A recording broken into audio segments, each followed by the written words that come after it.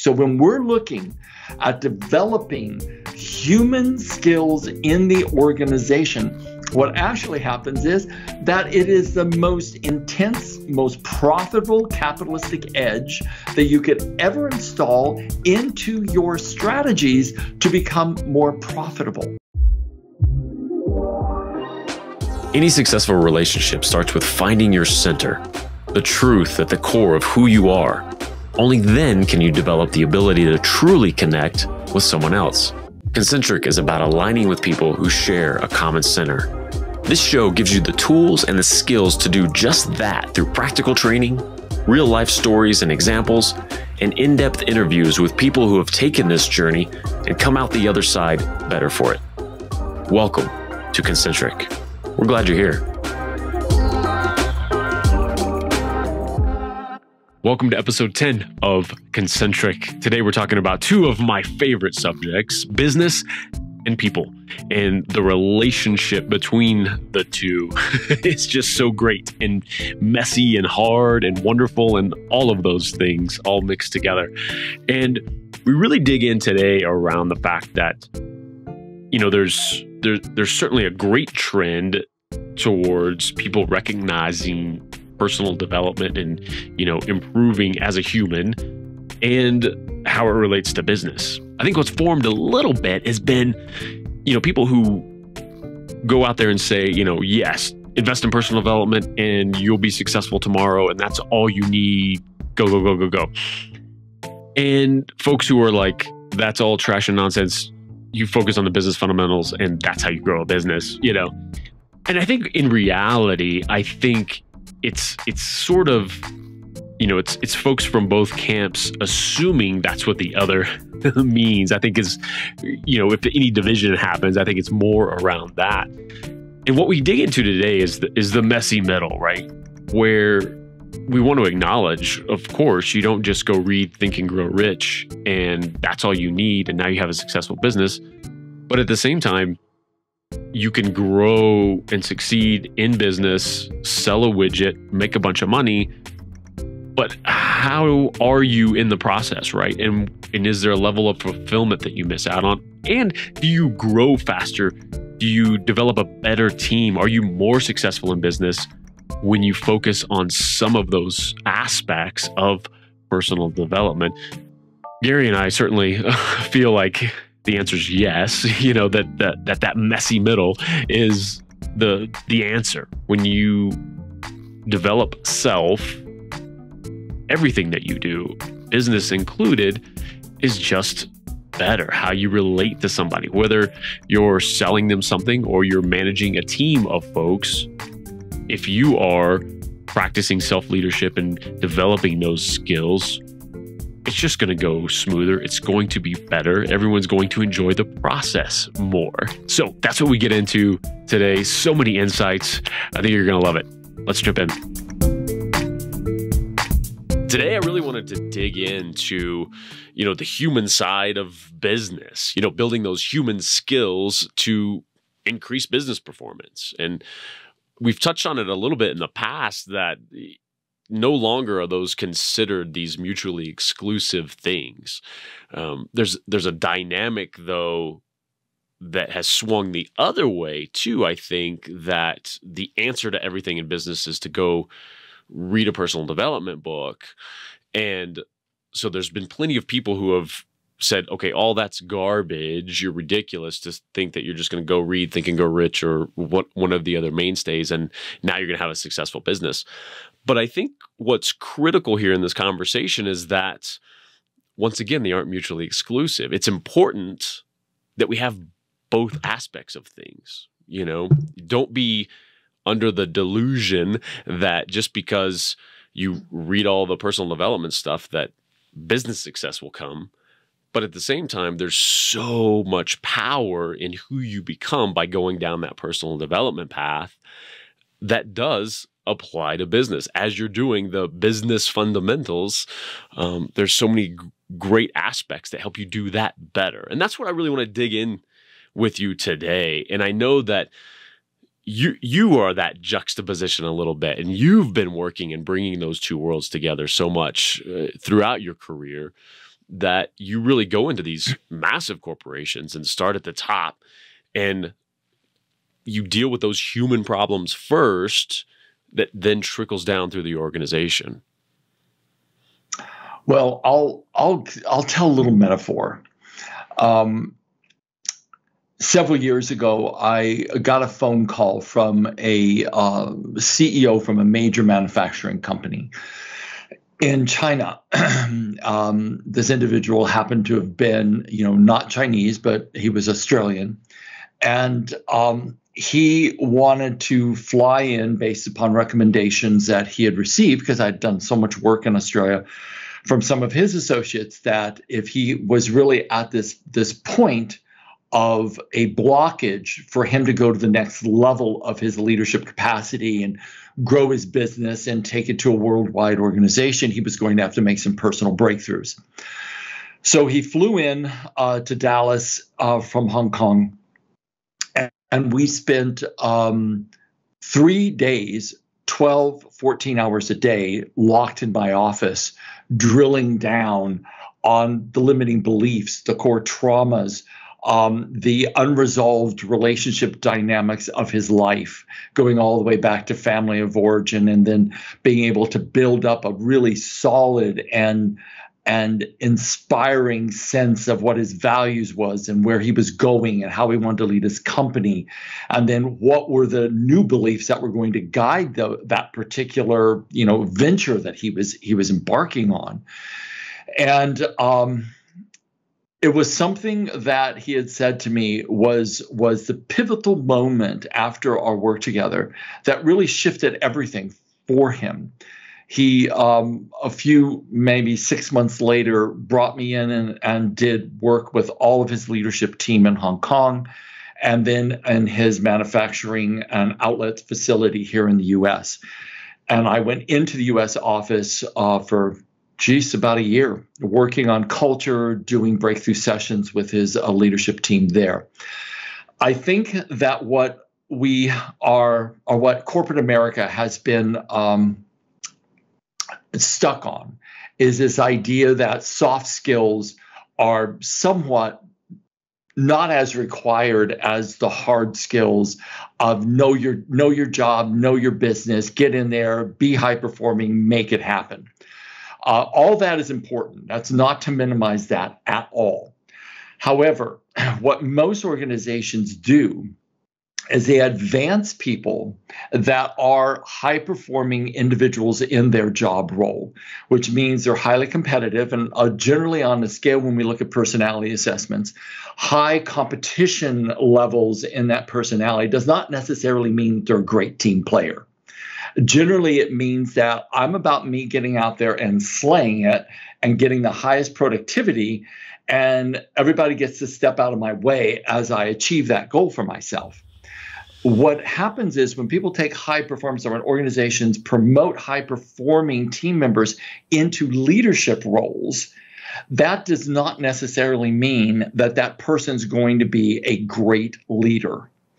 I was reading a study on the exclusive teams in the Navy SEALs, and it was really fascinating because they were asked, how do you promote from within? And they say, we never promote the high performer. There has to be two things that has to run simultaneously, side by side together in a parallel development track. And that is performance and trust.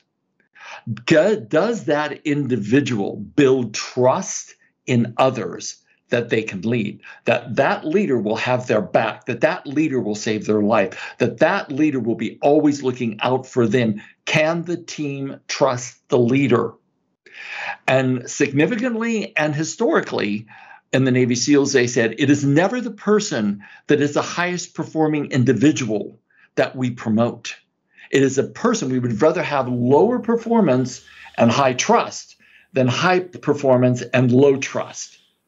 So the whole aspect of leadership is being able to actually have the empathy, the patience, the ability to grow people, the internal baked into the DNA art of caring for others. Because When you care for someone else, they care for you.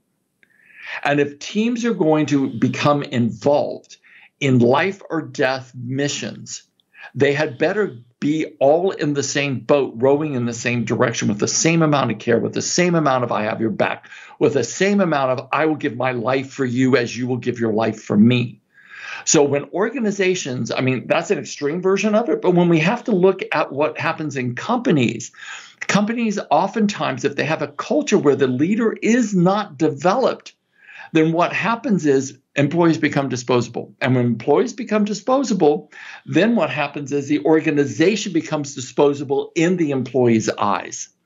Right. Last stats I read on internal cyber breaches of IP in organizations was done from internal actors, disgruntled internal actors that were angry about not being cared for by the company. And so those individuals began to sabotage from within the organization. Yeah, so the truth is, if leaders don't lead from that point of having it baked into their DNA, the employees aren't going to care either. Yeah, so this is where personal development happens. Yeah, because you feel that. You feel that. And even if it's not the extreme of, internal sabotage coming from it, it's going to be a little less productivity. I'm going to look for that next job. It's going to be all of that because we feel it. Even if we don't consciously know, we know when we're not being appreciated or we're not valued where we are for what we're trying to do. And that's it. And I mean, that's tragic in any situation, right? To have that feeling. And I think there's, just like business and personal development, having that high performance mindset, and that's not mutually exclusive to being a leader necessarily. And I know in these studies that you're talking about, there's that, the tendency, right? Like in, the really hard driving, they don't have those soft skills, but you can develop both, can't you? And when you go into an organization, are you looking for that? Or do you see that transformation? No. Absolutely. I mean, one of the things, and I want to like clean up our nomenclature. Let's take that word soft skills and put it over in a compartment that says done, and let's replace it with human skills, because this is really about developing deeper awareness around our human skills. The bottom line is that it is vitally important to build both. We have to make sure people have the right training, they have the right competencies to do the job, that they are skilled enough, that they can go in there and they have the drive to push when it needs to be pushed, to reach deadlines when the deadlines have to be met. All those things are essential to a company that's going to thrive. Coupled and as well as developing that, we have to develop the track of human skills as well. Because in some of the stats, I mean, there's so many stats out there, but I'll just kind of recite some of the ones from memory that I remember. 33% of a team will intentionally slow down their work productivity based upon incivility in the workplace. 70%, if there's incivility in the workplace. This means between coworkers and between manager to coworker or manager to worker. 70% will lose their commitment to the organization based upon incivility or lack of human skills in the company. So when we start looking at what is the impact of poor leadership, underdeveloped leadership characteristics within a person, especially in a managerial position, the impact is enormous. Not to mention being able to create higher attrition rates as a consequence of having poor managers. And we've said this before, where I've said, people do not leave the company necessarily because of the company, they leave because of their manager. So it becomes very important, if we're going to retain our talent, if we're going to build talent, we're going to have succession planning, then what we absolutely require to do is to develop our people. I think organizations in their strategic planning at the beginning of every year, which we're at the beginning of 2022, we really have to start looking at in the strategic plan and in the yearly budget, there must be, as an absolute priority, leadership development that goes deeper. Leadership development is not, I'm going to do a two-day intensive, and then one of those days I'm going to be golfing with my coworkers, and the other day I'm going to learn best practices of leadership. That doesn't even scratch the surface. We're riding around the most complex neurological organism on the planet, more neurological connections than there are grains of sand on all the beaches of the planet. And no one has shown up into organizations and say, hey, would you like the owner's manual for your head so that you learn how to shift what you've become into something like a better version, like Gary Point 2? Where is that type of training, that in-depth training that actually goes down to the depths of personality? People have to evolve. If they do not evolve, then they're evolving out of generally a past reference to their fear rather than what they want to contribute and rather than what they want to create for the future. And when you get a group into a room and you do deep dive executive breakthrough as a team, that's when you start to create true team cohesion. Because if you don't have cohesion at the top, there may be a tiny crack in the cohesion at the top. It turns into the Grand Canyon at the ranks and files of the organization. There has to be leadership cohesion at the top. Has to be. Yeah. And a couple of paths I want to go down with this. One is getting into a little bit of what that shift was for that first example that you gave when you came in and then ended up working, with his entire team and everything. What was that big, obviously without the personal aspects of it and stuff, but what really clicked for him in that made that big shift? And then taking that further to, in an organization of several hundred people, how do you go in and make that shift throughout the organization when, you've got 200 or 300 people with their own past traumas, areas that they're working from and all of that, without being able to do 3 13-hour days with everyone in the organization? No. Very, very, very true.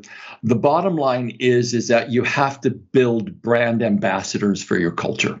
And those brand ambassadors have to be the managers and the team leaders and the department heads. They have to embody the values. Now, this comes down to a really important point, is that most organizations do not have their values clearly defined. Out of those values, develop your mission and your vision. Most organizations don't spend enough time in that very important foundational exercise that drives your brand power. So one of the very first things that I do, you asked, why did that one executive, want to bring that into the rest of the organization? It's because he created a breakthrough. And he realized how important it was for people at a leadership position to have their own personal breakthroughs and face themselves. Because unless they come from a deeper driver inside of themselves, unless they become value-driven, it's very hard to drive a value-driven company. So the company becomes a reflection, an extension of how the leaders see their world, how they see themselves, what they hold valuable within themselves. You can't have a full-blown, power-hungry narcissist running a company that is based upon a culture of caring, empathy, social outreach, team development, because they're just not going to care, because inside they haven't developed that quality in order to have it be an extension of themselves. This is why I've gone into organizations at a really high level. I'll kind of go up here and look down and go, oh my God, everything that's going on here is a reflection of the executive team's belief systems, how they view their lives, how they interact with others, the hierarchy of power that they live in, where they keep some suppressed and elevate themselves or others. It's all based about what's going on between the 6 or 7 inches of the executive team's ears. And the outpicturing of it is what we see as a culture. So if you don't start at that cohesive top and build a high enough value-centric organization that all the leaders go, my personal values align to those organizational values. Let's go out and now let's embed it. Let's bake it into the DNA of our management group, of our team leadership group, of our team lead group. And so they become the brand ambassadors that actually starts demonstrating that in the ranks and files of everyday interaction with every employee in our teams. The teams will always follow the leader when the leader is congruent and consistent in how they demonstrate those organizational values. The problem is, most executive teams do not define those values. And if they do, they don't define them enough in common language, defined, and how those values are actualized in the day-to-day work responsibilities. Yeah. So people have to understand what the values are, how to exercise those values, and then they have to see it being congruently demonstrated in policy, in systems and operations, even out into the supply chain, but most definitely between manager and team member. If it's not demonstrated there, it is a sham, and their middle finger starts to rise very rapidly.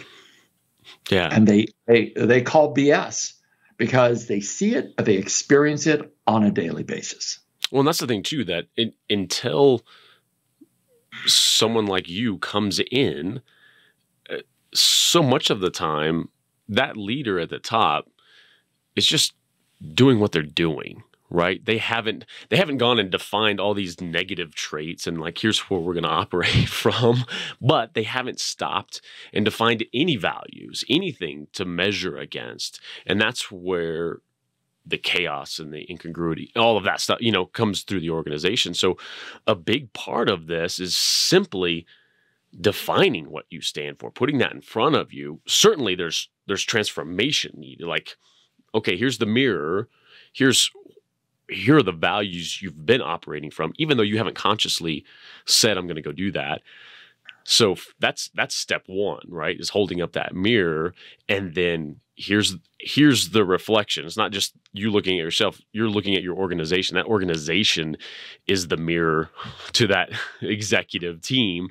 Here's what you've created. So if we want this new outcome, let's define those values. And I think, and I love what you talked about too, is not just now sticking it on a poster on the wall for everybody to look at, but actually having real world examples. Here's how that shows up. And maybe that's, what you're getting to when you're talking about, yearly ongoing leadership and values training throughout the organization instead of this, throwaway 2-day retreat, but instead an ongoing education to say, you've heard from us that these are our values, but here's this one example of how that shows up for you specifically in this role in the company.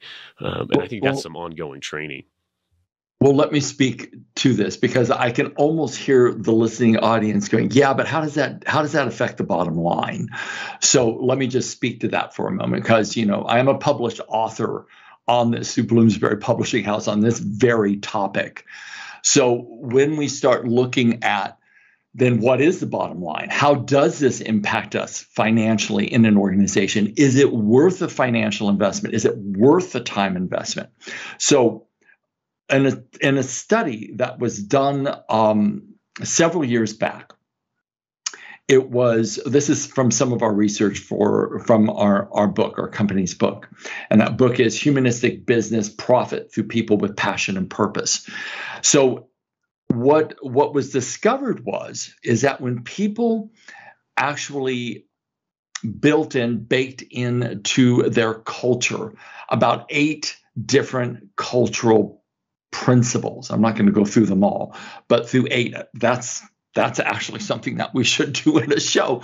But on those 8 cultural principles, when those are baked into the organization through the repetition of those values being expressed through the leadership team, down to management, down into the employee, when those are baked in, that organization over a 10-year period of time made over 900% greater profit than the performance of the good to great companies.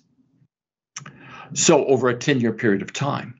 So I'll see if I can. Yeah, I can remember them.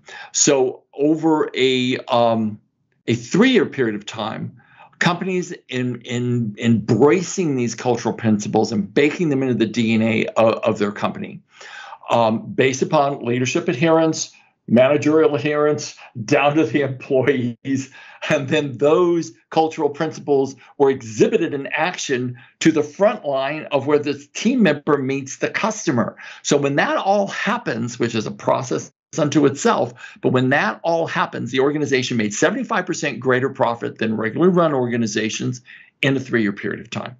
In a 5-year period of time, they made over 127% greater profit than regularly run companies.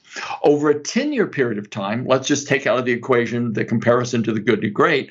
Over a 10-year period of time, 1,206% greater profit than regularly run companies over a 10-year period of time. So when we're looking at developing human skills in the organization, what actually happens is that it is the most intense, most profitable capitalistic edge that you could ever install into your strategies to become more profitable. So, and we're not even talking, we're talking about yearly. We're not talking about the brand power that extends through the life of the company, because the more you exhibit that congruently, the stronger and stronger and stronger your brand becomes. I hope you're enjoying this episode. If you want to take a deep dive into the concepts Gary is talking about here and so much more, I've got something for you. From time to time on the show, you may hear us talk about Gary's course, Creating Incredible Relationships. This course is the culmination of Gary's 35 years worth of seminars, one-on-one training, and transforming the lives of over 11,000 people on 4 different continents. To learn how to build alignment and heck, just get along with others sometimes, we all require skills that are not commonly known and are not out there in the relationship development space. We need help. That's why Gary put this course together. The content in it is powerful and comprehensive. But just like we've done with this show, it's put together in a way that's easily consumable and quickly implemented. To gain the ability to take every relationship you have or want to have to the next level, go to garyscourse.com and see how to get started. Now, back to the show. So, from a bottom line perspective, this is the secret sauce that makes you actually perform a part, leaving your competition in the dust. You do this, things change. You don't do it. If you don't do it, you literally cycle back in these cycles of, oh, I'm expanding. Now I get overloaded with systems and I get overloaded with operations. Then I start to become so bogged down by it, and my people become depressed because everything is so complicated and weighted down. Then I stop innovating. Then I stop being happy. And now I'm in the death rattle of my organization. That could go over a 10-year period of time, but that's generally the cycle until you get new blood in that will actually begin the innovation process again. And what I'm speaking about is a human skill revolution in organizations. And when we do this, because that's the next step that's coming, when we look at what COVID's done to the workforce, when we look at how people are like just going, well, you know, I can get by kind of okay on next to nothing or on a lot less money than I was having. My values have shifted in the workforce. When you start looking at what's actually happening, where there's less and less education and less skilled workers coming into the workforce, we're going to have a talent management crisis in the next 5 years that has never been before. So unless organizations shape themselves up, which means unless leadership shapes themselves up because a company is in a picture of the way they live. When that shapes up, what happens is they will attract the best talent. And if you don't, you'll be left in the dust by someone who does. Absolutely. And so what's that step one for an organization? You let's say actual leadership, very top level of an organization. What is that step one to just make that assessment of where they are in this whole thing? Well, not every leader is going to do it because not every leader is awake and aware enough to do it. But Stanford University's Advisory Council on Leadership was asked, what is the number one leadership quality that is absolutely indispensable? If you don't have it, you cannot lead. What is that one principle? Unanimously, they voted self-awareness. So for anyone who is out there in the listening audience wondering, like, I'm stuck as a leader, because I'll tell you, I've led companies. I've had 100 employees behind me. I know what it's like. You're overwhelmed. I get it. And the truth of it is that if you don't stop long enough to look inside, because that's where it's all generating from, if you don't look long enough, if you don't gather the right talent around you to fill in the holes of what you are not talented at doing, you have to first understand your own personal skills, your own personality traits, your own strengths, your own weaknesses. Number one, I've got a whole assessment program that does all of that. Incredibly accurate, incredibly valuable. When that happens, then you gather the team around you that has skills you don't, that are strong in skills that you aren't. That's number one. Secondly, you start to look at, first of all, I need to say this, that most leaders have a heap of fear that they're emotionally running off of. And it's generally some level of adrenaline. And what we have to begin to look at, and adrenaline shows up in impatience, anger, being hard on people, generally breaking your own value system because you're so stressed. But what we have to really look at then is being able to actually quiet down the mind enough to think clearly, because biologically what happens when a leader's running on adrenaline and cortisol dumps into the body, and this is a biological fact, dumps into the body, it shuts down the frontal lobes. And we go in, which is our critical thinking and our reasoning ability, shuts that right down. And so then we're just operating on fight or flight. And this is a biological response in the body, not a great place to lead from. So it's very important that leaders work on the deep structure of what's happening. So my strategy is that either we do an incredibly deep leadership intensive, like deeper than they've ever gone before, kind of deep leadership intensive, and being able to look at, okay, what are the traumas that are haunting you? What are the things from your past that you have not emotionally been able to let go of? And I'm not talking about, oh, I put it into a compartment, I'm pretending it's not there. I mean, truly come to resolution with, because all of those things act as a reference to how a person is experiencing now. They go back into their past when they have a crisis here, back into the past to try to find resources from their collective experience. And if those collective experiences are filled with unresolved negative emotions, what will happen is they will bring those strategies forward and go into fight or flight rather than to reason, problem solving, collaboration, to do exquisite problem solving from a 7 perspective thinking strategy. Unless those traumas have been neutralized, what happens is they will do knee-jerk responses all throughout the crises that they'll face as a leader. Number one, we have to get the leaders resourced. We have to shift their language into transformational language. We have to be able to align their personal values. We have to assist them in eliminating the core traumas that have occurred to them personally and in business. We have to quiet the mind and allow them to reach another state of being able to come from a core alignment rather than from a reactionary perspective. When we do that, what begins to happen that the leader builds a team around them, and they're all trained to do the same thing. Let's get to our core. Let's align ourselves. What are our values? What are our organizational values? Let's think from 7 different perspectives. Let's problem solve this thing. Let's innovate solutions. Let's look at the long-term effects. Then let's look at the strategy in which we can roll this thing out. Then we bring in our managers, our team leads, our department heads, and we train them in a similar process so that we can go forward in a way that's going to have a solution in front of us that is the best that our talent has been able to figure out as a solution to resolve the problem. We do it that way, but first it's going to come from the executive team being willing to be aligned, to dive deep, and to finally do something that is not these fluffy leadership trainings, all based upon theories, or going to a TED Talk and having someone come in and tell you what the best practices are and give you some metaphors and some stories. It's deeper than that. If we're going to create change, it has to be between the 6 or 7 inches of your head. And what most leaders don't believe is they think I can read a book, just like you began. I can read a book, or I can listen to a TED Talk, or I can hire someone in at $100,000 and have them talk to my team. Oh boy, we're all changed. It doesn't happen like that.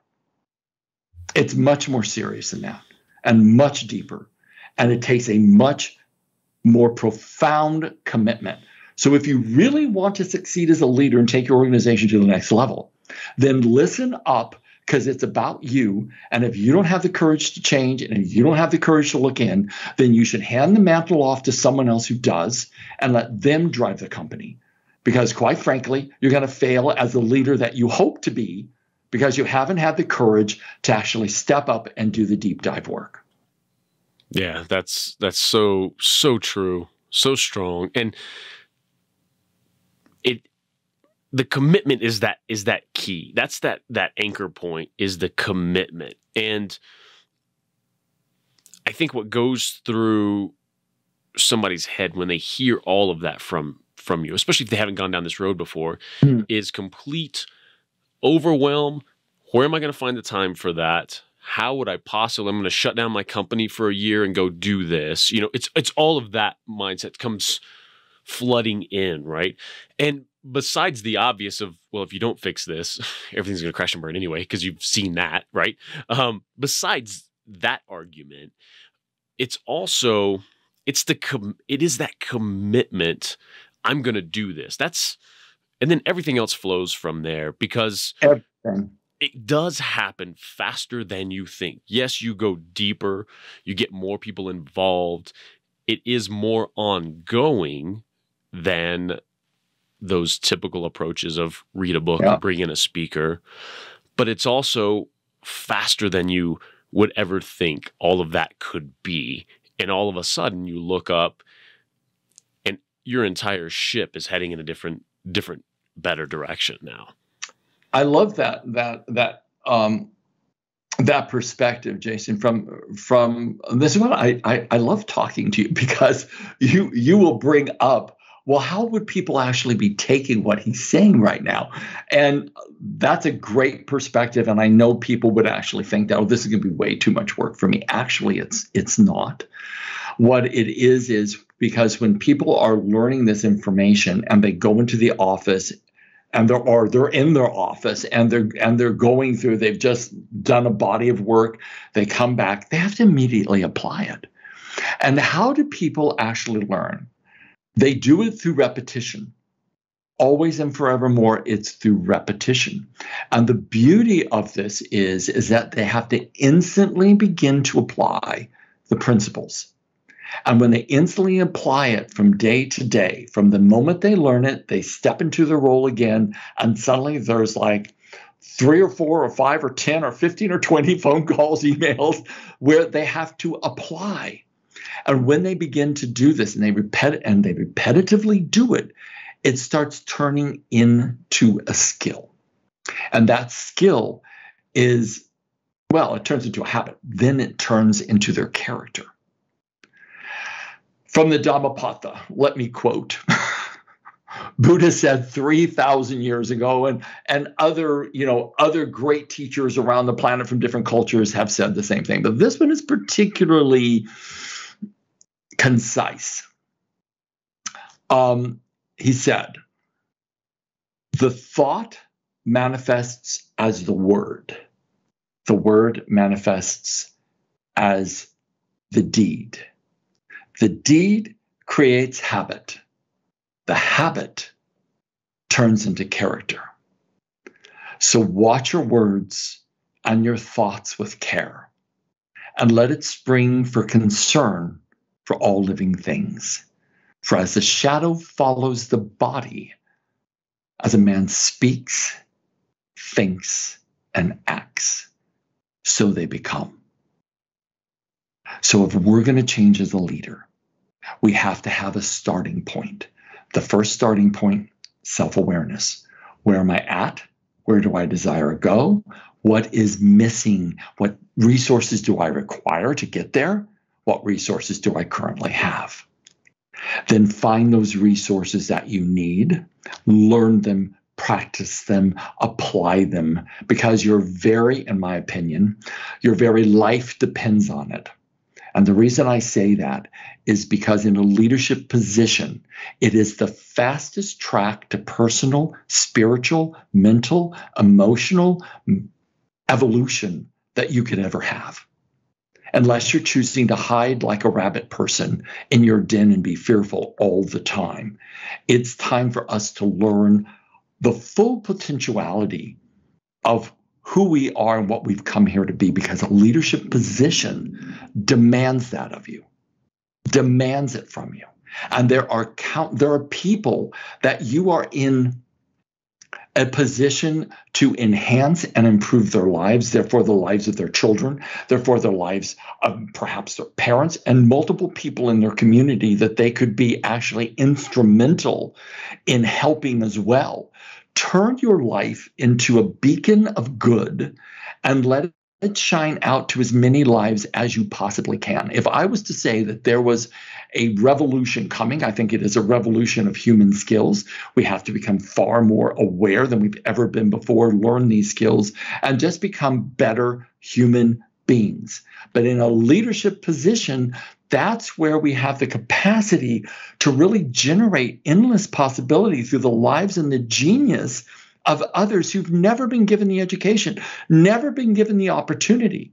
If we can turn our organizations into that, there's no end to the wealth, the good, the impact, and the legacy that each of us could leave. So I guess my whole passion is calling forward those leaders who actually really desire to become more than they ever thought that they could be, to touch more people than they ever thought that they could touch, and actually dance out of their bodies at the end of this life experience and look back at the planet and go, wow, like look at all the lights I lit and look at all the good that my life was able to empower and inspire. Personally, I think that's a successful life. Anything less than that, probably not as much. But I think that all of us need to step up. I don't want to get too out there in the beginning of 2022, but it certainly does feel like there's a lot more negative stuff coming out of the corners of human experience than I've ever seen in my lifetime before. And wherever the darkness rises, the light rises as well. Let's just create a little bit more light than there is darkness. I love that. Well, I'm game. That's for sure. Me too. I'm totally impassioned by it. And this is what I'm going to spend the rest of my life doing, is doing this conversation and going into organizations and helping leaders expand this revolution of human skills. So if somebody's out there and they're standing up now watching this going, yes, I need this, or they're terrified, but they know they need this either way, what's step one for them in this whole process? The best thing to do is to email my office, and then we set up a conversation, and I do a bit of a discovery process during that conversation. We have a complete 4-step system for being able to create the breakthroughs, create the cohesion at the top, and then roll out whatever the values mission is throughout the organizations down to the team members, through all the trainings that we do, through all the coaching that we do in the assessment process.